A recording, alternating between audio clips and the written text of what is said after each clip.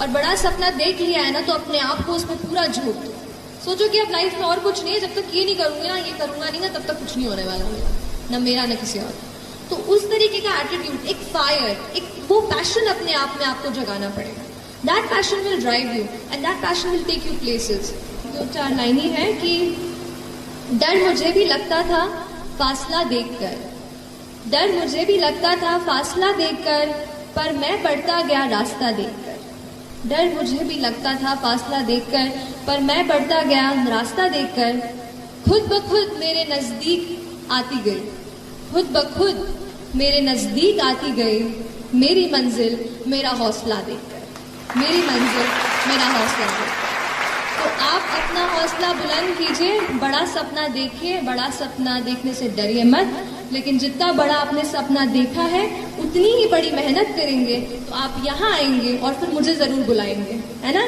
चलिए, thank you so much.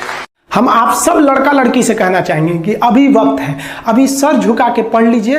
वादा है आपसे कि जिला में सबसे ऊंचा सर आपका होगा, लेकिन अगर अभी आप सोचिएगा आराम करने के लिए, पूरी जिंदगी आपको तकलीफ उठानी पड़ेगी। अगर आज आप किताबों के दीवाने हो गए ना, तो कल दुनिया आपकी दीवानी हो जाएगी। किसी ड्रीम गर्ल के लिए ना अपने माँ बाप के ड्रीम को कभी नहीं छोड़ना चाहिए। आप लोग जो सोचते हैं ना इधर उधर, वो खुशी तो आप लोगों ने कभी देखा ही नहीं। कोई स्टूडेंट अभी तक खुशी नहीं देखा। हम आपको व्यक्तिगत बताते हैं। देखिए, खुशी कब मिलेगी आपको? जिस दिन आपको जॉब मिलेगा ना, और जो पहली सैलरी मिलेगी वो भी नहीं खुशी है। जब आप अपनी पहली सैलरी ले जाके अपनी माँ के हाथों में देंगे ना, तो आपकी आंखों में आंसू होगा।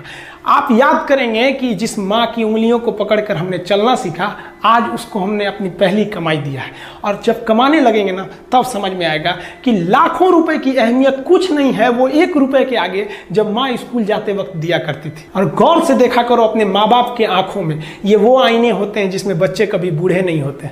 देखिए, जीवन में ना अपने अंदर से अहंकार बिल्कुल निकाल दीजिएगा। अहंकार बहुत ही खराब चीज है। कहते हैं कि अहंकार में इंसान को इंसान नहीं दिखता, और छत पे चढ़ जाओ तो खुद का मकान नहीं दिखता। अहंकार नहीं करना चाहिए। छत को बहुत गुरूर था छत होने का, 1 मंजिल और बनी और छत फर्श हो गया। अहंकार कभी नहीं कीजिएगा। तूफान ज्यादा होती है तो कश्ती डूब जाती है, और घमंड ज्यादा हो जाती है तो हस्ती डूब जाती है। जिस दिन आपको घमंड होने लगे ना अपने आप के ऊपर कि हम बहुत बड़े हो गए हैं, हम बहुत पढ़ लिए हैं, हम बहुत सक्सेसफुल मैन हो गए, हम बहुत बड़े बिजनेसमैन, हम बहुत, मतलब जिस दिन आपको घमंड हो गया ना, उस दिन आप शमशान घाट में जाके दिखेगा आपसे नायाब लोग, आपसे अच्छे लोग वहां खाक बन गए। दुनिया में ना किसी से जलन नहीं रखनी चाहिए। देखिए, माचिस जो होता है ना दूसरे को जला देता है, लेकिन कभी माचिस को देखें वो खुद को भी जला लेता है। अतः अगर आप दूसरे की बुराई करेंगे, दूसरे के पीछे रहेंगे ना, तो इसमें आपका लॉस होगा। और अगर आपकी कोई बुराई कर रहा है ना, तो आपको खुश होना चाहिए कि आप आगे बढ़ रहे हैं। बुराई उसी का लोग करते हैं जो आगे बढ़ रहा होता है। जो पहले गिरा हुआ है उसकी लोग क्या बुराई करेंगे। और जब भी आपकी कोई बुराई करे तो आप उसे सहज स्वीकार करें, और आप उसे प्रूव मत कीजिए कि हम ये नहीं है। हम लोग गलती क्या करते हैं स्टूडेंट लोग, कि प्रूव करने लगते हैं। नहीं, आपको अपने आप को इंप्रूव करना है। अगर कोई गलती हो गई है, आपको कोई बुराई कर रहा है, तो आप उसको सहज स्वीकार कीजिए। जिस दिन आपके अंदर अपनी बुराई सुनने की क्षमता आ गई, यकीन मानिए आप सफलता के दहलीज पे अपनी पहली कदम रख दिए उसी दिन।